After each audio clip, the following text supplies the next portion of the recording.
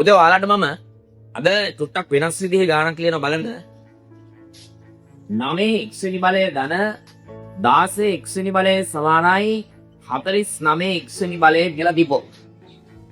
මේ ගාන හදන්න ගියාම ඔයාලට මේක සාමාන්‍ය සාම්ප්‍රදායික විදිහේ දර්ශක ගානක් නෙවෙයි මේක.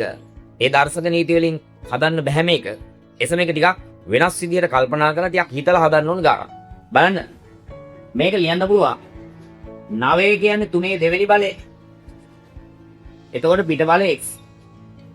ඇතුලේ බලය s සහ පිට බලය වැඩි කළොත් දෙවරක් x 2යි x. ඒ නිසා මේක ලියන්න පුළුවන් එන කවුරු කියලා 3 2යි x වෙනු බලය. එතකොට 16 කියන්නේ 4 දෙවෙනි බලය පිට බලය x.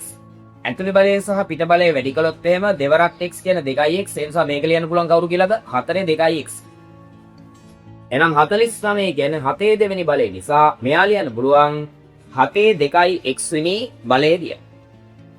දැන් අපිට x හොයන්නදී මම මේ සියලු පද 7 2යි x වෙනි බලයෙන් බෙද. මෙයා බෙදනවා 7 2යි x කෙන්. මෙයාවත් බෙදනවා 7 2යි x වෙනි බලයෙන්. මෙයාත් බෙදනවා 7 2යි x වෙනි බලයෙන්.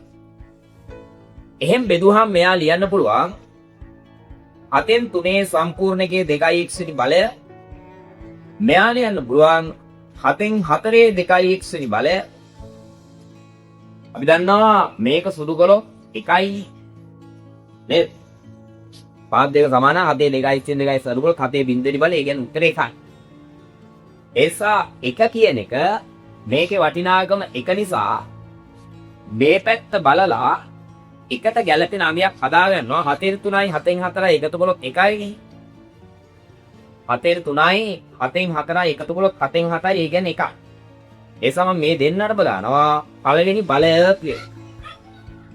දැන් ඔයාලට පේනවා මේක දිහා බැලුවාම සම්බන්ධතාවයක් 7න් 3 7න් 3 තියෙනවා 7න් 4 7න් 4 තියෙනවා 2යි x වෙනුවට 1 තියෙනවා මේකෙත් 2යි x වෙනුවට 1 තියෙනවා.